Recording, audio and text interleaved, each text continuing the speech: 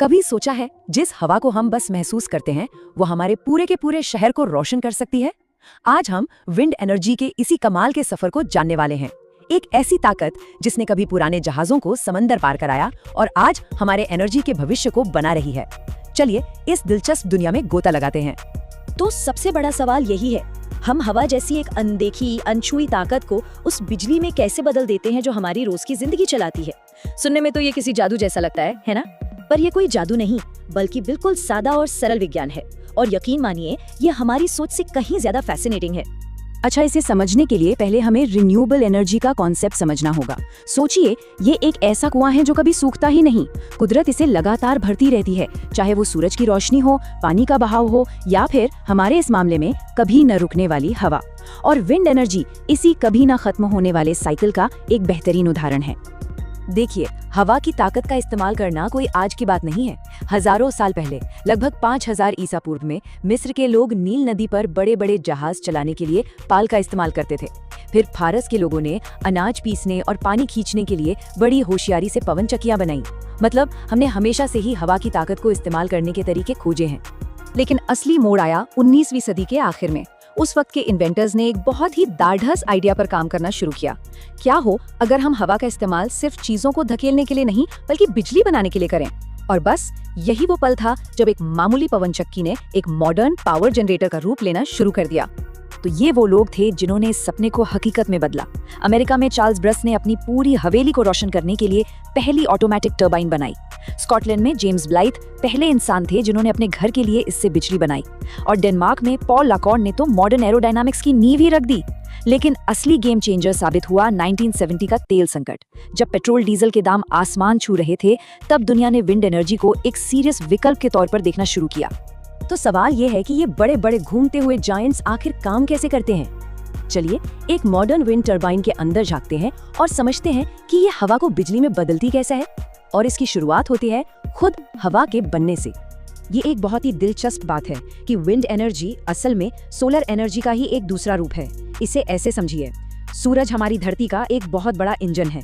वो हमारे वायुमंडल को कहीं ज्यादा गर्म करता है तो कहीं कम।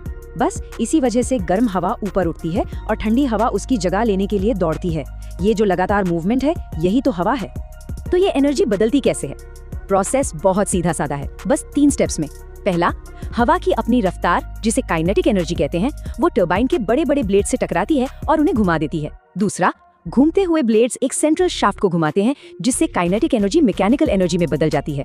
और आखिर में तीसरा स्टेप, ये शाफ्ट एक जनरेटर से जुड़ा होता है जो उस मैकेनिकल एनर्जी को उस बिजली में बदल देता है जिसे हम इस्तेमाल करते हैं। मतलब हवा से लेकर हमारे घर के तार तक का एक कमाल का सफर। अमेरिकी ऊर्जा विभाग ने इसे बहुत अच्छे से समझाया है।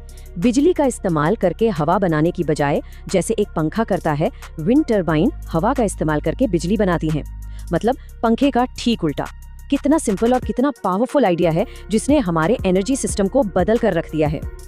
अब देखिए, विंड टरबाइन मोटे तौर पर 2 डिजाइन के होते हैं। एक होते हैं हॉरिजॉन्टल एक्सिस वाले, जो हवाई जहाज के पंखे जैसे दिखते हैं। बड़े बड़े विंड फार्म्स में ज्यादातर यही नजर आते हैं। दूसरे होते हैं वर्टिकल एक्सिस वाले, जिनका डिजाइन कुछ अंडे फेंटने वाली मशीन जैसा होता है। इनकी खासियत ये है कि ये किसी भी दिशा से आने वाली हवा को पकड़ सकते हैं। चलिए अब जरा आज के दौर में आते हैं। पिछले कुछ दशकों में विंड एनर्जी इंडस्ट्री एक छोटी मोटी टेक्नोलॉजी से बढ़कर एक ग्लोबल पावर हाउस बन गई है। इसकी ग्रोथ का स्केल तो बस देखने लायक है। ये आंकड़ा देखिए, होश उड़ा देगा। 2024 के आखिर तक दुनिया भर में टोटल विंड एनर्जी कैपेसिटी पहुंच गई थी 1136 गीगावाट। और आपको अंदाजा देने के लिए बता दूं, 1 गीगावाट से लाखों घरों को बिजली मिल सकती है। अब सोचिए कि ये इंडस्ट्री कितनी बड़ी हो चुकी है। और ये रफ्तार कम नहीं हो रही है। सिर्फ 2024 में, मतलब बस 1 साल में, दुनिया ने 117 गीगावाट की नई कैपेसिटी जोड़ी, जो आज तक का रिकॉर्ड है। इससे साफ पता चलता है कि दुनिया भर के देश विंड एनर्जी पर कितना बड़ा दाव लगा रहे हैं। तो ये जबरदस्त ग्रोथ आ कहां से रही है? ये चार्ट सब कुछ साफ कर देता है। एशिया पैसिफिक रीजन इस रेस में सबसे आगे है। दुनिया की लगभग 75% नई इंस्टॉलेशंस यहीं हो रही हैं। और इसकी सबसे बड़ी वजह है चीन का भारी निवेश और उसके जबरदस्त रिन्यूएबल एनर्जी टारगेट्स। और जब हम देशों पर नजर डालते हैं तो कहानी और भी क्लियर हो जाती है। चीन तो खैर अपनी ही लीग में है, एक तरफा ग्लोबल लीडर। उसके बाद अमेरिका, जर्मनी, भारत और ब्राजील जैसे देश आते हैं। कह सकते हैं कि ये 5 देश मिलकर ही पूरी दुनिया में विंड एनर्जी की क्रांति को चला रहे हैं। तो आगे क्या? विंड एनर्जी सेक्टर का भविष्य कैसा दिखता है? चलिए देखते हैं कि इनोवेशन और ग्रोथ की अगली लहर में क्या क्या आने वाला है। देखिए, भविष्य को 4 मेन एरियाज में इनोवेशन चलाएगा। पहला है ऑफशोर विंड, मतलब समुद्र के बीच टरबाइन लगाकर वहां की तेज हवा का फायदा उठाना। दूसरा है ग्रीन हाइड्रोजन, जिसमें फालतू विंड पावर से क्लीन हाइड्रोजन फ्यूल बनाया जाता है।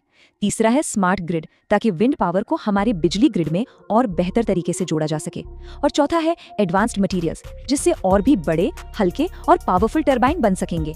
लेकिन ये सिर्फ टेक्नोलॉजी की बात नहीं है, ये हमारे प्लैनेट के भविष्य का सवाल है। विंड इंडस्ट्री पूरी तरह से तैयार है कि वो 2030 तक रिन्यूएबल एनर्जी को 3 गुना करने के COP28 के ग्लोबल टारगेट को पूरा करने में मदद करे। समय कम है और विंड एनर्जी एक बहुत बड़ा सोल्यूशन है।